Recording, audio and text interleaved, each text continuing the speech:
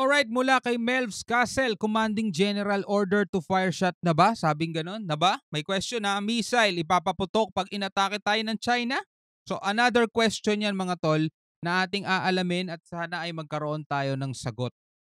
No, anyway, bago natin 'to simulan, huwag mo kalimutan mag-subscribe kay Melvs Castle. Nakalagay po ang link sa ibaba ng video panonoorin natin ngayon.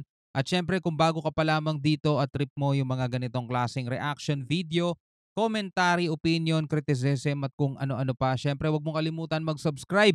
Click mo na rin ang notification bell para ma-notify ka whenever na may mga bago tayong reaction video tulad nito. Huwag na natin patagalin pa, panoorin na natin 'to mga tol. Ginagalit tayo ng China, di ba? Tapos nagrereklamo ngayon ang Chinese Foreign Ministry. Sa kakapasok lang kasing balita, bukod sa long-range ballistic missile ng US Army dito sa ating bansa na kayang targetin ang anumang Chinese territory, hindi na daw aalisin ang isa pang missile, ang medium-range missile ng US. Nauna nang ibinalita na ipo-pull out na ang missile na to, di ba? Pero mukhang permanente na tong ilalagay sa Pilipinas. Mahinang klase lang naman to ng missile. Dito aabot sa China. Kita naman sa missile test kung gaano to kaliit. Pero wag yan ismulit. Kaya nitong pasabugin ang anumang barko ng China sa West Philippine Sea. Nang tanungin kasi si AFP Chief Browner na aalisin pa ba ang missile sa kabila ng insidenteng Chinese fighter jet, hindi na daw. Pangdepensa raw to sa ating bansa sakaling mas tumindi pa ang tensyon. Ito yung mga inirereklamo kasi ng China di ba?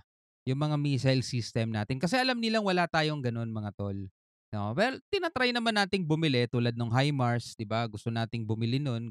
Gusto ng ating gobyerno na bumili nun mga tol.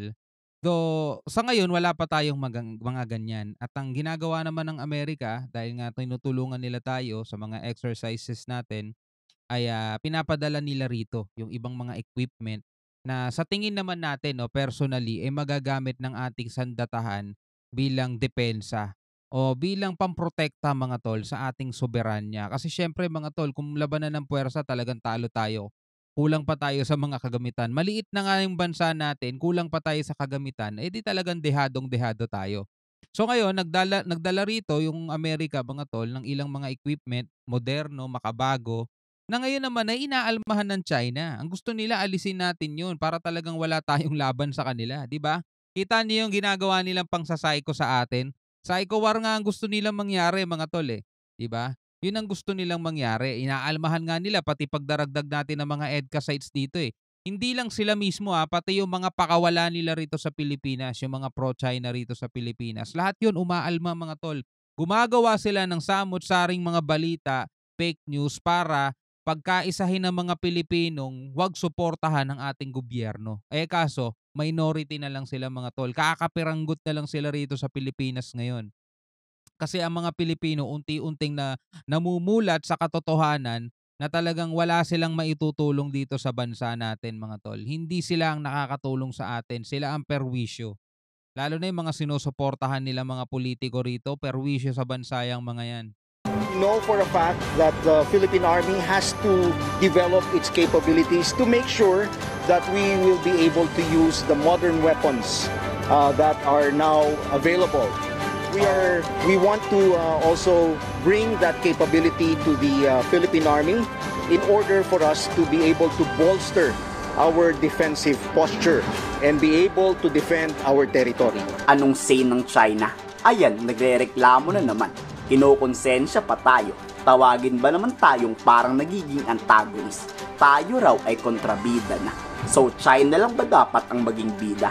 Inakusahan bida sila sa sarili nilang kwento. Intindihin na lang natin kasi mahilig silang gumawa ng mga fairy tale nila mga tol Mahilig silang gumawa nun. Ultimo nga batas at kapangyarihan, gusto nila sila ang nangingibabaw Bida pa kaya? Magbibida-bida talaga yan. 'Di ba? Nagpoprotesta nga sila na pamamalagi ng BRP Teresa Magbanwa dito sa sa Escoda Shoal Nagpoprotesta sila dahil kanila daw 'yun. Oh, talaga? Sabi ba ng UNCLOS yun?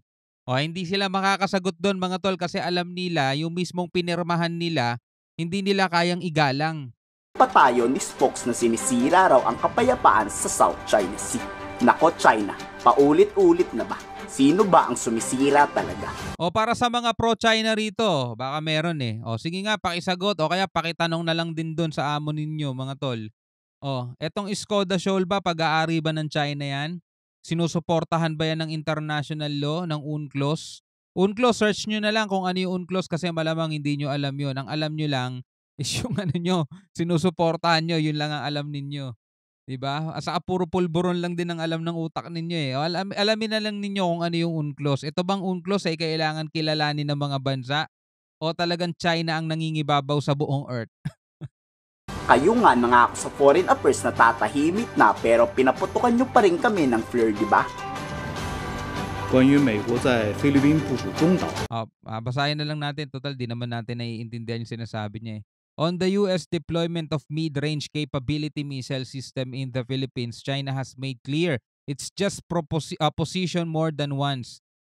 Na-clear na daw nila yung kanilang posisyon.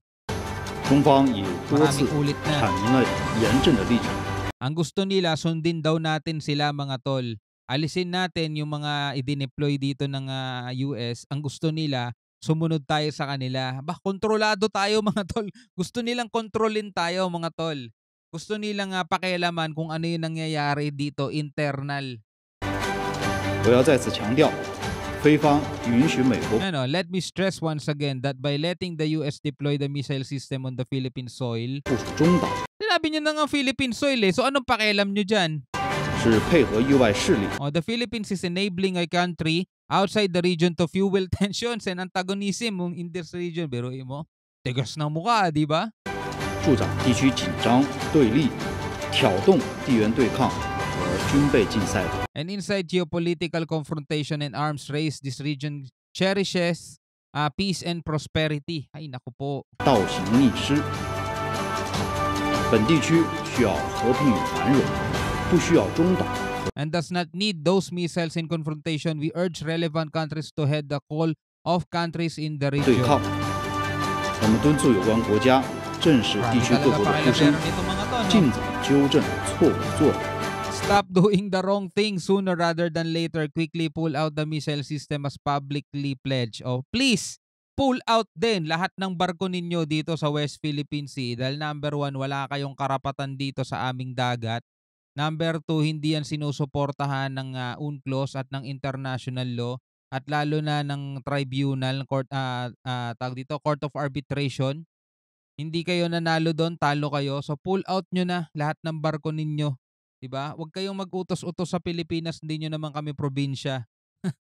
Pull out nyo na lahat ng barko nyo, wala kaming pakialam sa inyo, gawin nyo lahat ng gusto nyo sa sarili ninyong bansa. Pero dito sa West Philippine Sea, sa Pilipinas yan, bago kayo magsabing pull out kayo ng mga missile system, i-pull out nyo muna yung mga warship nyong nakakapalibot sa West Philippine Sea. 按此前公开承诺，尽快撤走中导系统，不要在错误的道路上越走越 And stop prolonging the wrongful act. Ang kukulit talaga nito mga to, no? Mga delusional eh. Magalit man ang China pero utos to ni PBBM na para sa depensa raw ng ating bansa. Walang pake ang China sa desisyon ng ating Pangulo. Talagang patigasan na ng mukha ang labanan. Pag puro pag-uusap lang kasi sa China, walang mangyayari dyan. Tama. Sayang lang ang laway. Tama. Mas mabuti na kung handa pag dumating man ang panahon na magkagulo talaga.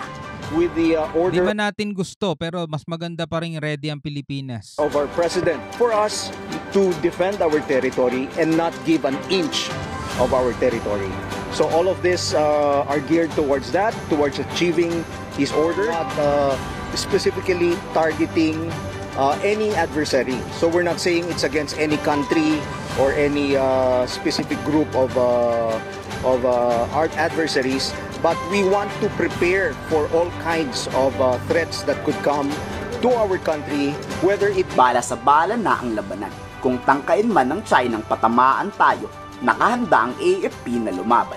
Kayo, pabor ba kayong wag nang alisin ang lahat ng missile ng US Army sa ating bansa? Oo naman, ganun din naman bibili rin naman tayo ng sariling atin di ba? Di ba? Anong pinagkaiba nun? Anyway, bilang isang Pilipino, ano ang masasabi mo dyan? Comment ka na lang sa ibaba. Hanggang sa muli, ako nga pala si Shobaldi. Peace out.